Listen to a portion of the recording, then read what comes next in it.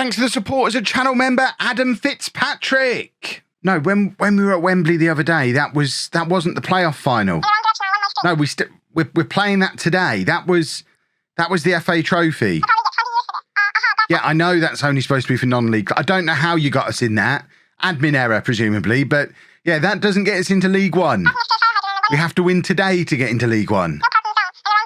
No, they're not just going to count that. We need to book the coach again.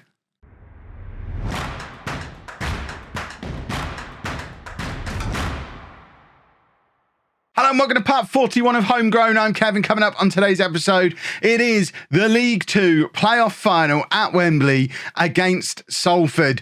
And as it is a playoff final, I think this is also the first YouTube premiere of this series this year. So if you are watching along live on Sunday morning as this is going out, make sure you say hello down in the chat. Give us a hello, folks. If you're a channel member, use the hello, folks emote in there as well. And if you are enjoying the whole live watch along experience, you'll probably enjoy watching me live on Twitch. I'm live on Twitch tonight, 7 p.m, where we might just be winning the Welsh Premier League. So, you know, that's a good reason to come and watch me on Twitch this evening as well. Twitch.tv/LOLLUJO. But I've stalled enough. I've given you all an opportunity to get in.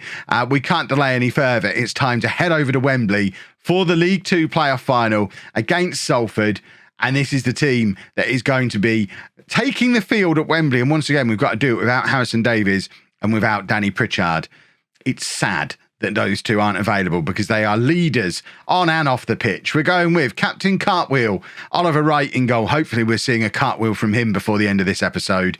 We've got Bachelorette, Pateta, Muir, Charles and Cisse as the back four, Wenton and Bandera in midfield, Hamilton and Redmond out wide, and a not fully fit Micah Beerith, who can only play 75 minutes, is going to be up alongside Jessup up front. And League One awaits, and I think it is going to be problematic if we don't win this game. We've talked a lot throughout this series so far about how these promotions are very much a race against time, because the longer we hang around in these lower leagues, the more downgraded our youth setup becomes.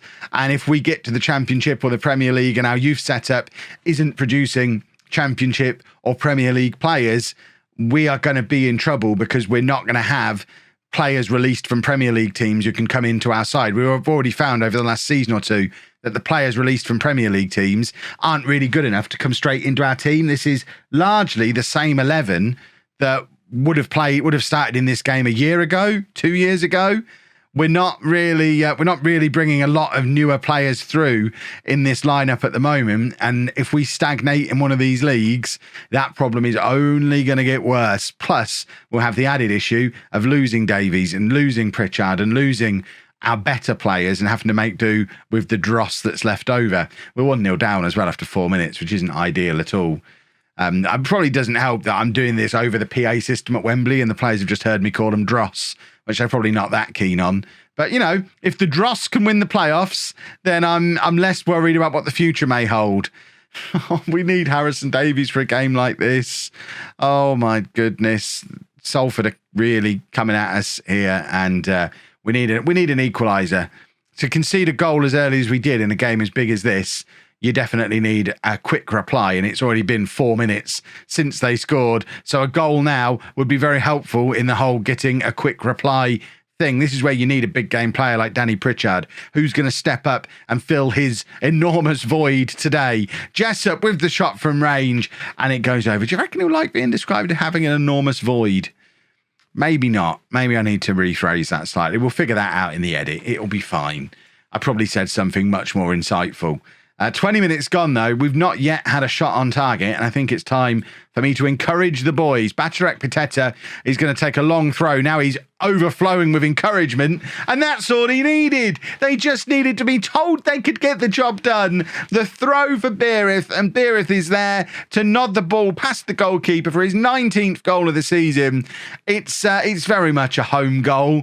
This is how we do things when our back's up against the wall. We fall back to relying on our set pieces. But you know what? We can't sign players. We're going to use some set pieces every now and again. It's Holme 1, Salford 1, half an hour gone, and all of a sudden it's very much all to play for again as Salford look to build another attack down our right-hand side. And if someone could get a foot in here, that would be very handy. We obviously need to keep an eye on Beereth's fitness levels. He wasn't fully fit to play the entire game before we started things off. Troy Cannon is ready and waiting to come on when he needs to, but Beereth has shown just there what a difference he can make. It's scoring a kind of goal that neither Jessup nor Cannon are going to score. That's not their kind of goal at all. We've had a little bit of a let-off there. That's smashed into that crossbar and luckily has ended up going behind. In fact, Oliver Wright's made the save there because it's been given as a corner. What a save from Wright. If he's going to have one of his special days again, that would be very helpful. I've just noticed as well the home fans once again crammed into a corner in one corner of the ground. Why will Wembley never let us have a proper ticket allocation? What have we done to upset the powers that be at Wembley? Right, plays the goal kick out very short to Shay Charles. We're trying to do things properly, building through our back four. It's Cisse, who's been having a little bit of trouble with the Salford attackers today, but has played the ball through to Beereth. And Beereth now all the way back to Wentin, who's probably the wrong pass. And Wentin has given the ball away. And now we're in a little bit of trouble because Salford have got a man over on this left-hand side. And Charles was turned very, very slowly there. And luckily, they've shot wide when really they would probably be chalking that up as a chance they should have been scoring from. And Shay Charles has picked up an injury, which doesn't surprise me at all. We've just seen how slowly he turned there. It's not like him at all.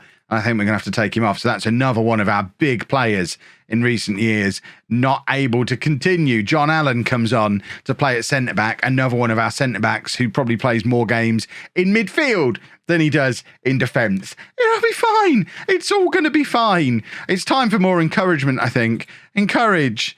Oh, they've got a corner and Wright is there. He had it covered. He absolutely had that covered. Beereth is now just about ready to come off. My assistant manager, Mark Wearmouth, is suggesting bringing on Whittaker. We all know we're bringing on Troy Cannon in a situation like this. He's got, I think, 30 goals this season now. If we need a goal, Troy Cannon is the man to give it to us. Hamilton with the shot that's poor and straight into the hands of the Salford goalkeeper. And we are going to make that change. Get Cannon on. Cannon can play as the pressing forward, as he's done on a number of occasions already throughout this season. This has been quite a regular front two, Jessup and Cannon, in the absence of both of the target men for large parts of this season. We're now demanding more. We haven't yet gone attacking, but I think we're on the verge of doing it because we all know our fitness levels, not so great. Not that it matters. I was talking about not wanting to go to extra time. I didn't mean it like this. We'll take extra time at this point. We'll have it, please. Please, can we have some extra time? Whittaker comes on for Hamilton. Hamilton's been very, very quiet and disappointing today. Hopefully Whittaker can come on and conjure something up, playing as that inside forward on the left-hand side. We don't want to see the replay.